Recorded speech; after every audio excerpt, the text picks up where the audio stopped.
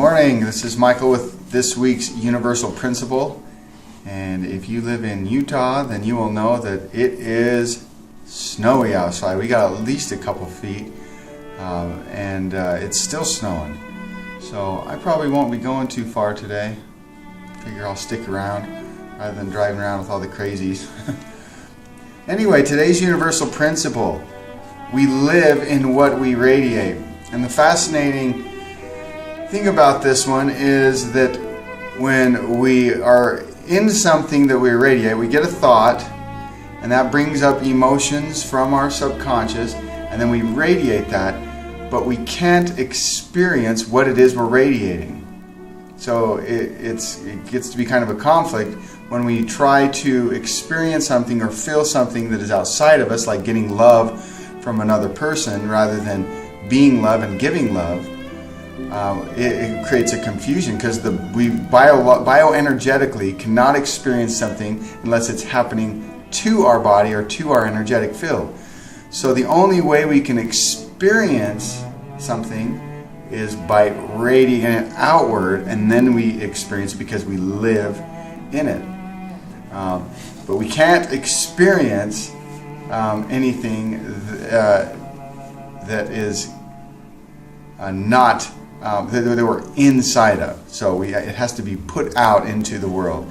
So I'm going to go ahead and read a quote about this, coming from Biology of Mind and Spirit Department of Behavioral Biology from the University of California.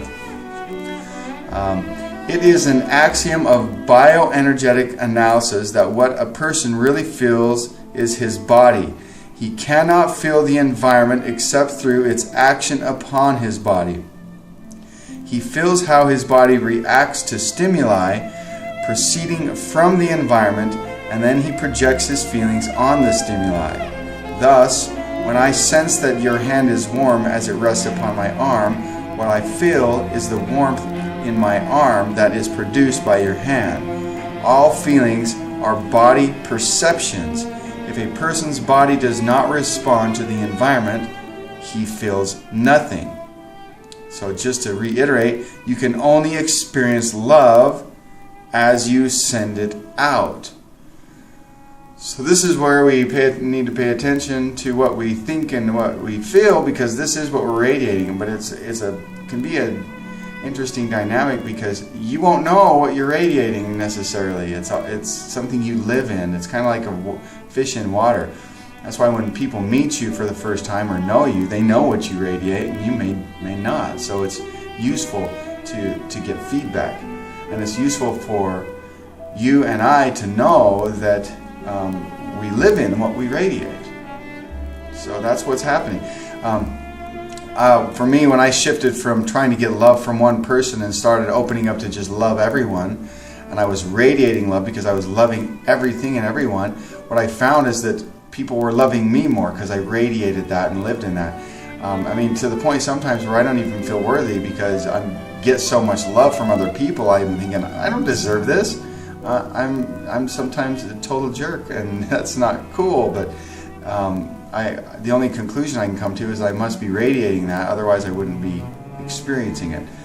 So the affirmation is, love and appreciation multiplies in me as I live in what I send out.